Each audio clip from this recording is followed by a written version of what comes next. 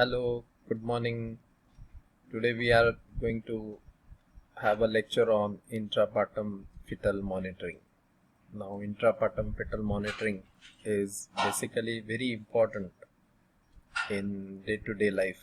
Intrapartum itself means like monitoring a fetal well-being during the process of labor. So, how important it is we are going to see in this lecture today. So we will start with intrapartum fetal monitoring, where it is a continuous electronic fetal monitoring which was developed in 1960s to assist in the diagnosis of fetal hypoxia during labor. Now the aim of fetal monitoring was to identify the fetal problems which, if uncorrected, could lead to death of the baby or short or long-term morbidity. So before going to detail of this monitoring, we'll be looking at what is fetal asphyxia. So coming to fetal asphyxia, we'll go for the pathophysiological basis of fetal asphyxia. It is adequacy of oxygen to fetus, which will depend on uterine perfusion, placental gas transfer, and fetal circulation. So during labor, basically whenever there is uterine contraction, the amount of blood reaching to the fetus will be reduced. During that time, actually the baby should be having the ability to sustain that hypoxia. So what are the causes of fetal hypoxia? The causes of fetal hypoxia are: number one is acute and second is chronic. So acute is uterine hyperstimulation, where there is no relaxation in between uterine contraction, and second is placental abruption, where the placenta is completely detached from the uterus, and that's why the amount of blood reaching to the placenta and to the baby is reduced. Third thing is uterine scar rupture, and fourth is cord prolapse. So these are all acute indications where overall the amount of blood will be completely reduced, which won't be going to the baby, and that is the reason why you may have fetal asphyxia. So another cause is chronic. Chronic is reduction of uteroplacental perfusion, as you see in intrauterine growth restriction. So reduction of uteroplacental perfusion, which will be a chronic process, and that is mainly because of placental cause. So because of that, the placenta may not be able to give or send amount of blood to the baby, and this is one of the reason of reduced uteroplacental perfusion which is seen in IUGR. So let's go to the next pathophysiological process, that is response of fetus to the hypoxia. So what happens actually? In hypoxia, basically the chemoreceptor mediated vagal stimulation will be there, that will be leading to hypoxic myocardial depression, and that will lead to prolonged bradycardia, which may be interpreted as early deceleration. Now let me try to tell you that this early deceleration which has been seen over here, basically it is the deceleration or the deceleration which we are going to get at the time of intrapartum fetal monitoring. In the later part of this lecture, I will try to tell you how we tend to monitor this early decelerations. Always remember, early decelerations are the decelerations which can be corrected by treatment. The next point what I am going to teach you is about hypoxia, what you call it as chronic hypoxia, and this chronic hypoxia can lead to late deceleration or variable deceleration. Again, in chronic hypoxia, overall increased cardiac output and distribution to the vital organs, overall that thing will be seen, that may lead to increased fetal heart rate, decrease or loss of variability, and absence of acceleration. This is very important. Absence of acceleration is basically, always remember, whenever there is fetal deceleration, it will be always compensated with the acceleration. And that's why further, if the hypoxia persists, that may lead to depression on the myocardium, which may be one of the cause, may be cord compression. And then this thing may further interpret into either it will be as a late deceleration or variable deceleration. Now we will go for to the actual point.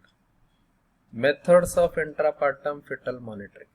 Now intrapartum, again previously as I told you that intrapartum means we are going to monitor the baby at the time of, or fetal well-being at the time of patient who is in labor. So overall you have methods of intrapartum monitoring. They are basically external as well as internal. External, you have a tocodynamometer, a tachograph transducer, external FHR monitoring. Internal, you have fetal scalp electrode, which is directly attached to the part of the baby, and needle electrode, which is used in breech presentation and which is performed only when membranes are ruptured. So always remember, methods of intrapartum fetal monitoring are two types. You can use it externally as well as internally. Okay. So here we are going to find out fetal heart rate characteristics. Before teaching you how we go for the external fetal monitoring, I would like to tell you what is acceleration or what is fetal well-being, which is very, very important. You need to find out that how that acceleration of the fetus heart rate takes place, which will be letting us know that the fetus inside the uterus is good enough, or its well-being is good, so that it can sustain the uterine contraction all throughout the labor. Now here the fetal heart rate characteristics are accelerations. Now this is very important. Please remember that increase in fetal heart rate from most recently calculated baseline peak of more than 15 beats per minute above the baseline with a duration of more than equal to 15 seconds.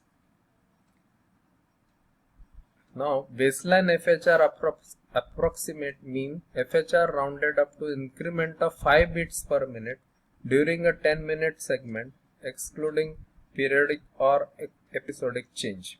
Now bradycardia is baseline of less than 110 beats per minute. Now this is basically given as if the tachography is reactive. Now reactive means what? Overall, the baby is able to sustain the uterine contraction with always a peak of acceleration of more than 15 beats per minute lasting for more than 15 seconds will be considered as the baby is able to sustain the uterine contraction and can continue the progress of labor all throughout. Now here we'll go for the other part, particularly the deceleration. Early deceleration occurs at the same time as the peak of contraction. Late decelerations occur after the peak of contraction, and variable deceleration is more than equal to 30 seconds. It cannot be considered as variable decelerations. Now I'll try to teach you what is early, what is late, and what is variable. So these are basically all deceleration. Now earlier we found out what is fetal heart acceleration, and now we will learn what is deceleration. And decelerations, to find out as early as possible, will be very good enough, because deceleration will be helpful to decide the way of management of our labor. In case of emergencies, sometimes we need to change the decision in fate of the baby. Okay, so today we are going to find out what are the maternal and fetal high risk factors that indicate the use of electronic fetal monitoring. This is what I am trying to tell you, that intrapartum fetal monitoring. Now you have many indications like fetal abnormal umbilical artery Doppler velocity, breech presentation, IUGR, multiple pregnancy, oligohydramnios, RH assimilation, and maternal anemia. Now these acute emergencies, especially APH, cardiac disease, diabetes, these are all medical conditions in pregnancy. Then you have hypertension, especially pre-eclampsia, or the patient may go into eclampsia, hyperthyroidism, renal disease or vascular diseases. So these are all the indications where you need to have a close intrapartum, where we need intrapartum fetal monitoring of the fetus. Now I'll try to tell you how we tend to monitor a patient. Now this is basically an instrument, what you call it as NST machine. Now this NST machine is also used as an intrapartum machine.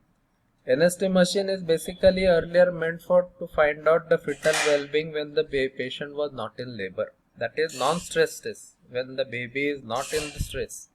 But the same machine can be used for intrapartum fetal monitoring, where you need to find out that the baby's well-being is good enough when the patient is in labor. So always remember, here you can see a machine is there, two tokodynamometer are there, you have a pointer over here, and one thing what you called is as VAST.